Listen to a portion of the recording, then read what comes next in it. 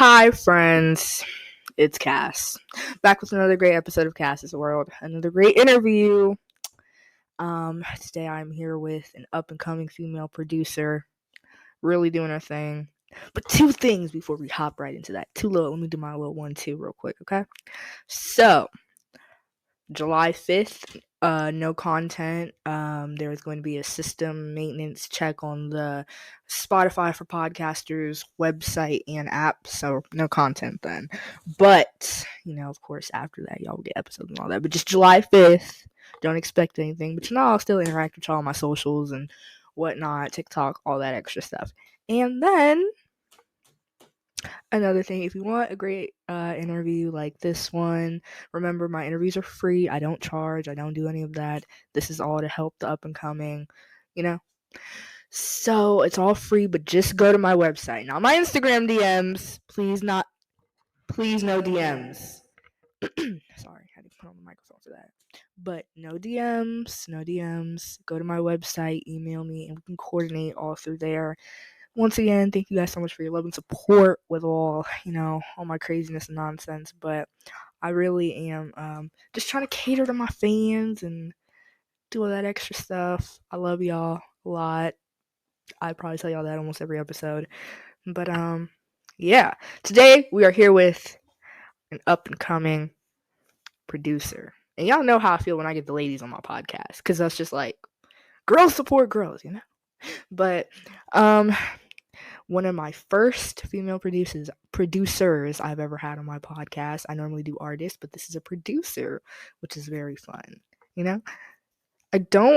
I know, shout out to Blizzy MP3. That is a dope, really dope Canadian female producer that I know. But this one has a special place in my heart. So, everyone, Laila Wayans.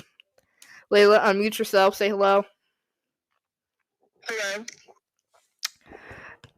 How do you feel to be on? I know we've been planning this for a couple months now. Hello? Hello. Okay, can you hear me? It's okay. So, how do you feel to be on? I'm good.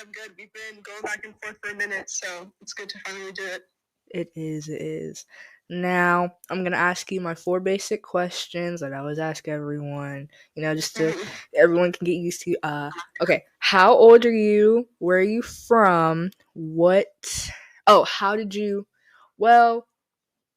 this, if you know the answer to this question, but how did you get your name? Even though, I know your producing name is your actual name, but if you want to answer that, you can.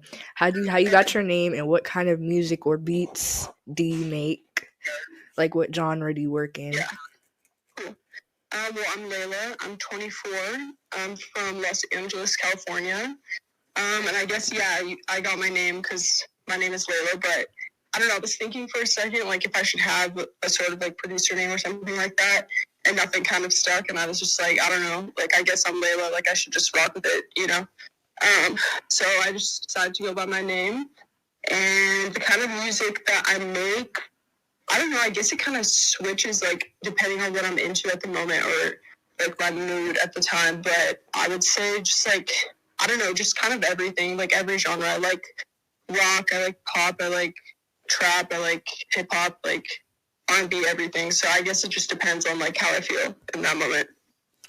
All right. What have you been getting into anything new recently? Any dark plug or anything like that? Dark plug. Listening to or making? Making, or both. Making, recently I've been trying to get more into sound design stuff. So I've been using this VST called Serum. It's just a plugin, but I've been trying to make my own sounds from just a wave. And kind of just tweaking it to how I want it to sound. So recently I've been into kind of electronic music, I would say. Okay, hyperpop? I don't even know. I don't even know. I don't even know how to describe it. I guess a little bit of hyperpop influence, but not straight up hyperpop. I think more just dancey electronic music. Okay. Yeah. That's fun. I have a genuine love for especially like 90s and like early 2000s dance club music. I feel like those beats need to come back. Yeah, no, those beats go so hard. Like Better Off Alone, you know that song? No. But if you send it to me, I will listen to it. If you heard it, you definitely heard it. But like that type of like Euro like club dance. Oh yeah, European club beats for sure. Yeah, they're crazy. European house music, all the way. Yeah, super sick.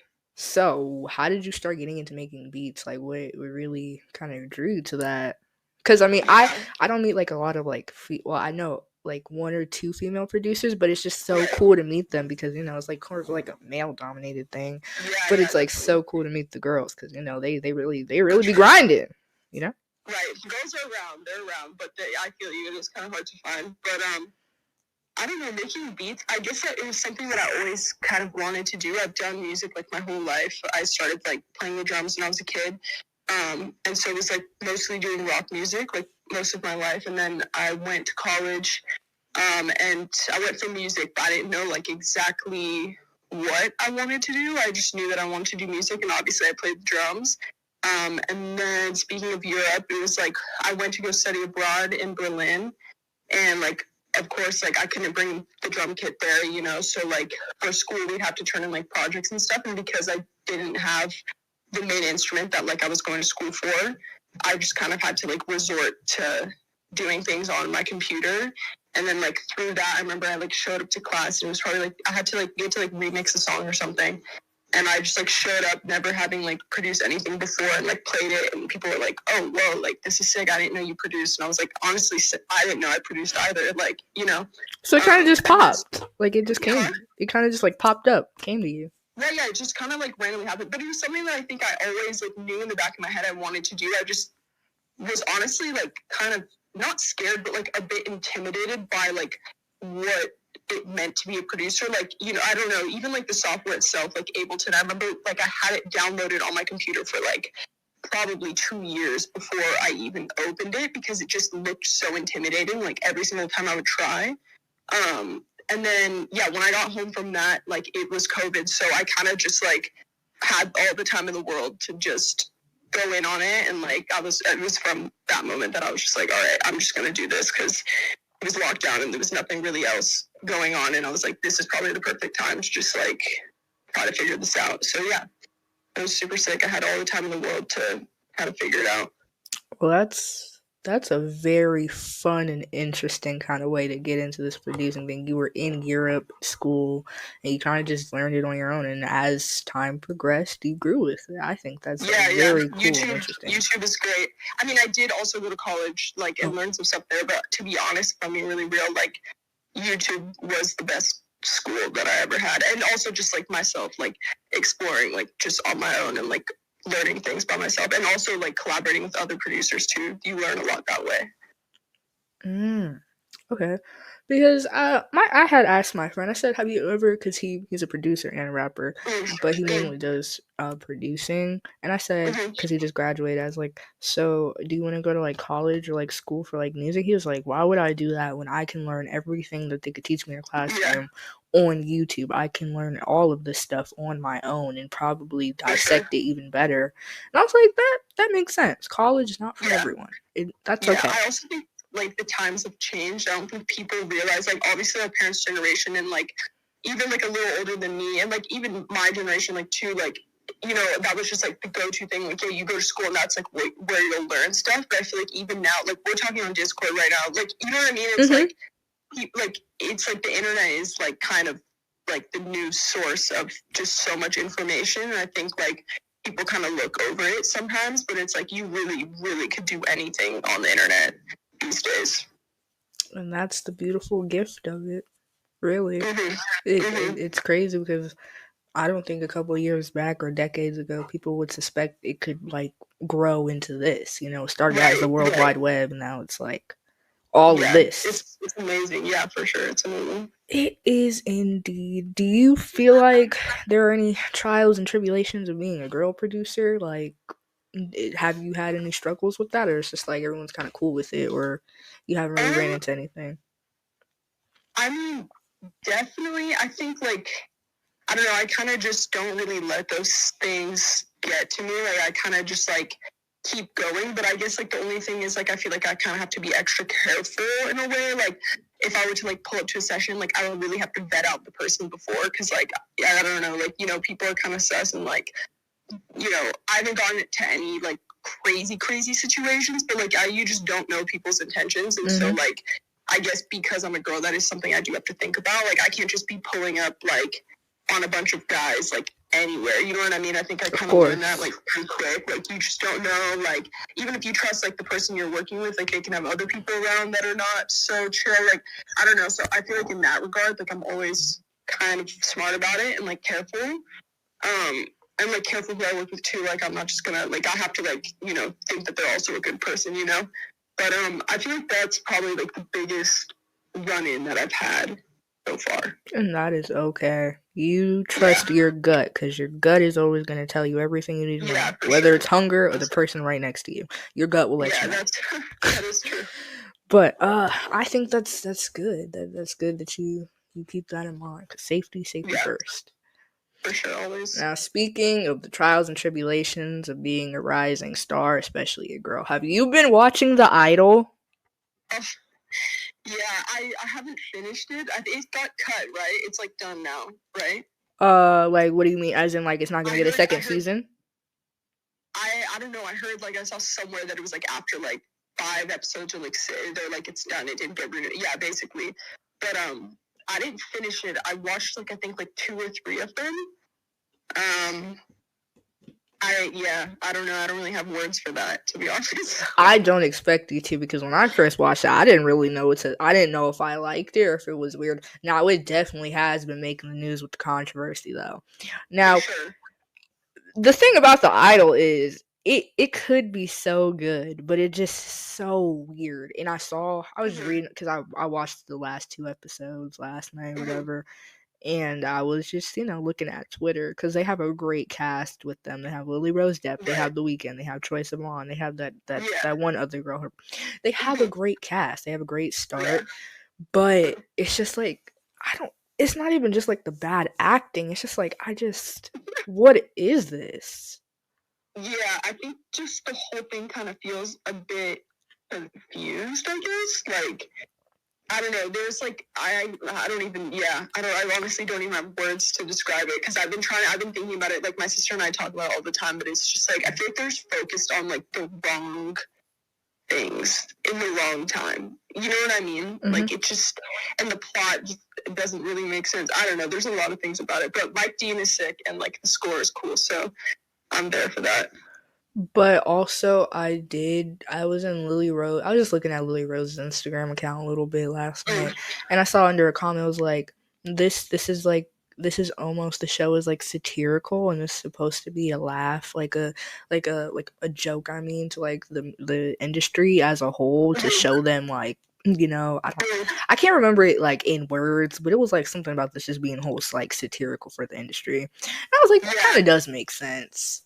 But then again, there's, like, too much weirdness to even really click to the message. People are so caught up in these scenes that... That's what I'm saying. I feel like they're focusing a little too hard on, like, the wrong stuff. But that's their fault for doing that, though. They made it so weird that we've completely deteriorated from the message. Right. But also, like, we're talking about it right now, and, like, I've been talking about it with, like, people. You know what I mean? So, like, they kind of did what they were trying to do, I guess. So. It's hard to talk about it, though, because I know a lot of people are like, if you watch this show, you're sick. A lot of people were boycotting it. I know a lot of people, because of the whole rape fantasy thing. I don't. I've definitely been streaming it, like, not on whatever it's on, HBO or whatever. I've been watching it, like, because my sister's, like, super into the controversy, and so she's like, if we're gonna watch it, we're not gonna stream it. So, yeah, I feel that. I'm, like, down the middle. I mean, I feel like people can watch what they want and do what they want. I feel like if you watch something, you're not, like, no one's just, like, agreeing with the whole concept. I'm not infatuated with it. I think I'm more so just infatuated with, like, what, I'm not even infatuated. I'm just confused. I'm just calling it. It's just very confusing to watch. But, I mean, some people like it for the music, which is understandable, because music isn't bad. Do you like the music? It's an interesting concept, like, but I see kind of what they were trying to do, like with the music aspect, like that's kind of cool, but like, yeah, I don't know. To what extent? My God. Right. Did you watch the episode where they had Kanye's producer in there? Mike Dean? Yeah. Oh, yeah, Mike Dean. I'm sorry. I didn't. I think I got to like one of the episodes where they were saying that Mike Dean was coming over, but I don't think. Oh, Mike Dean came over. That's so funny. And he saw some He things. actually showed face in the show. That's hilarious. But hey, I mean, good for Mike Dean. I'm not even gonna spoil it. I'm just because you really can't spoil it. I don't even know how you would put some of these things in words. All I just know is what I like. Yeah, that's so funny. That's so true. I'm still starstruck from the first episode. My God. But yes, The Idol. I mean, if you want to watch it, you can watch it. I'm not judging nobody for watching it, but I know social media is like, if you watch this show, you're sick. You're sick. I'm like, okay, y'all can chill out. Yeah. People pick and choose what they want to feel bad about and what they don't want to feel bad about. So, that's just the internet for you. Right, but yeah, man, that show is something else. And what is it? Mike Levinson? He's the one that does this. Sam Levinson. I know he's been under a lot of fire since even before this, since Euphoria had its second season. I like Euphoria though, not gonna lie. It's good for what it is, I think I like the show. But he's been under recently with the whole nudity thing. When it comes, with the like too much nudity and trying to push way too much sexualization on the characters that he writes on it. It's like, oh my God. Yeah, the things coming out about him were crazy. Like, I don't know how he's still. Yeah, he's kind of a creep for that. I even like. Yeah, definitely. Do you have any favorite you don't. Do you watch HBO or Max? Because they took the HBO out of it. Do you watch Max? Oh, really? I did not know that. I guess sometimes. Depends. I don't know. I feel like I don't watch TV like crazy like that, but there are some shows that I've seen and I watch. Same. I'm very specific about what I watch on TV. Very specific. So yeah. I understand completely. Well, enough about that and that Wattpad ass show. Are we getting anything like musically wise, anything new from you, like a beat tape or because I know beat tapes are kind of going up. Beat tapes, anything like that? It's so funny that you asked that. Let us know what's coming.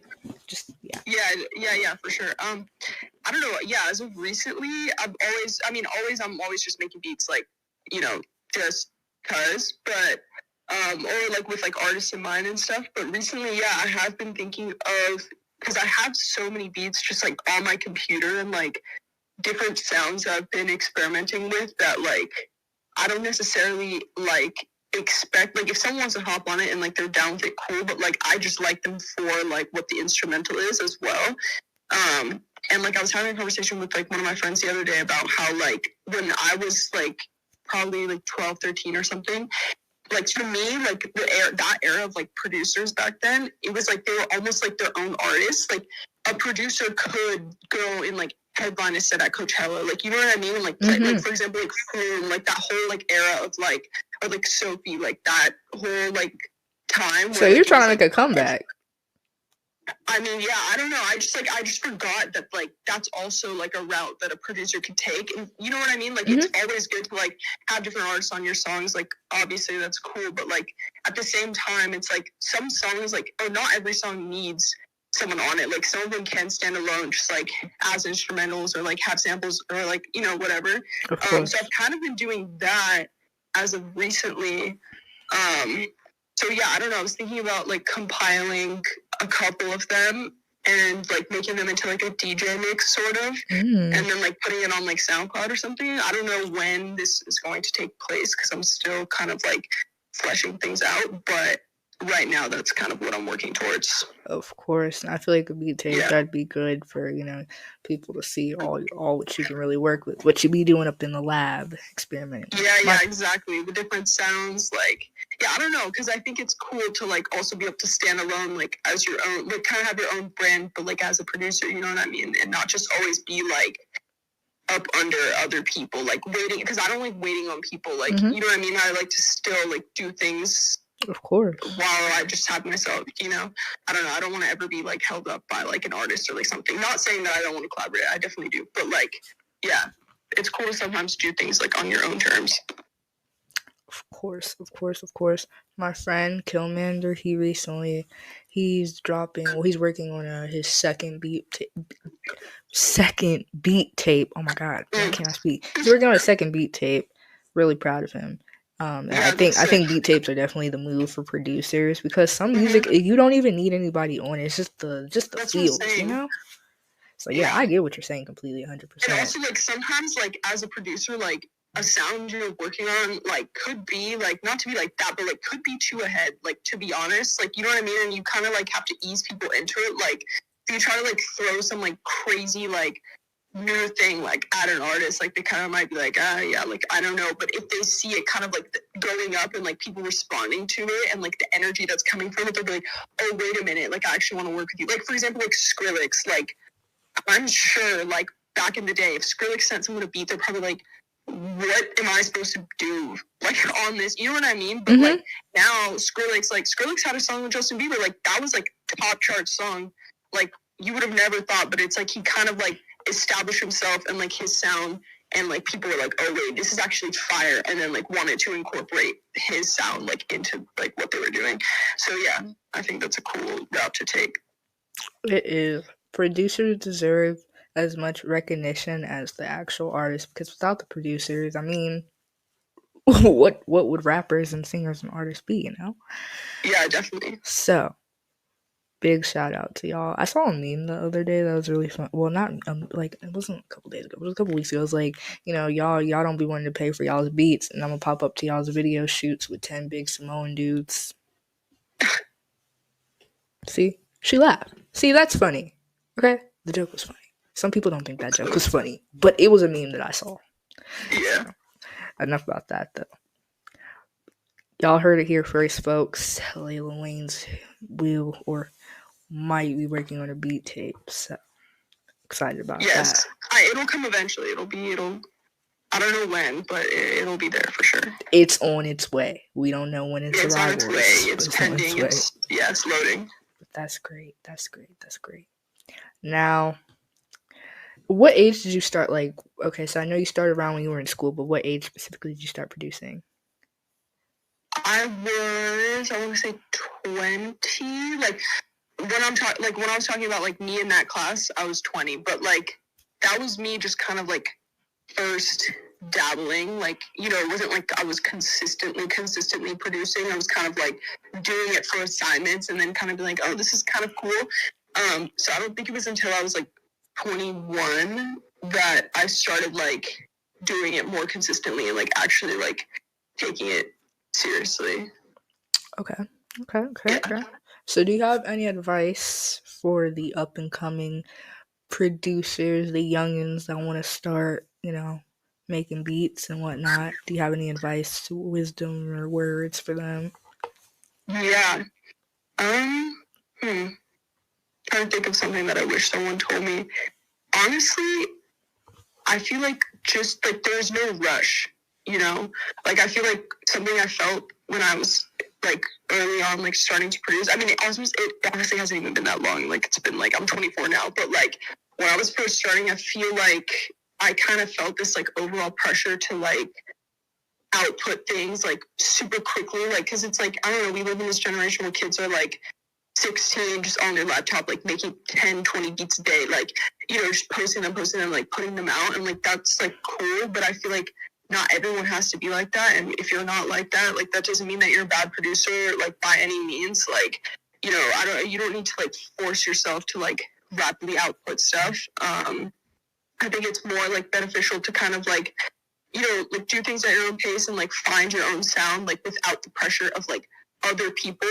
You know what I mean? Because it's, like, at the end of the day, like, nobody's, you know, there's, like, no time limit. Like, nobody's, like, waiting on, like, something, even though it may feel like it, or it may feel like, you know, like, people are passing you by or, like, whatnot. It's, like, everyone's turn, like, will come if you work hard and stuff. And it's, like, there's no rush. Like, there's no need to, like, like step on people or anything like that. Like everyone will have their time. Like if you believe in yourself, like your time will come, Completely understand.